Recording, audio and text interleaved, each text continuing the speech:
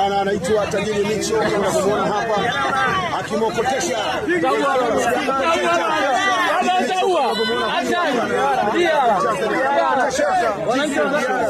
hapa uwanjani, anacheka. Huu ni upendo ambao amini, huu ni upendo. Watu wanataka nusu ya watu wanataka nusu. Huu ni upendo. Ya watu wanataka nusu finali. Huu ni upendo.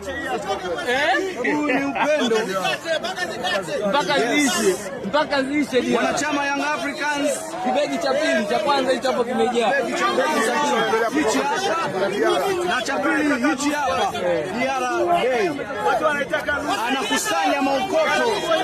Hizi ni pesa ambazo kijana mdogo mwenye pesa. Yes. Huyu ni tajiri. Bado.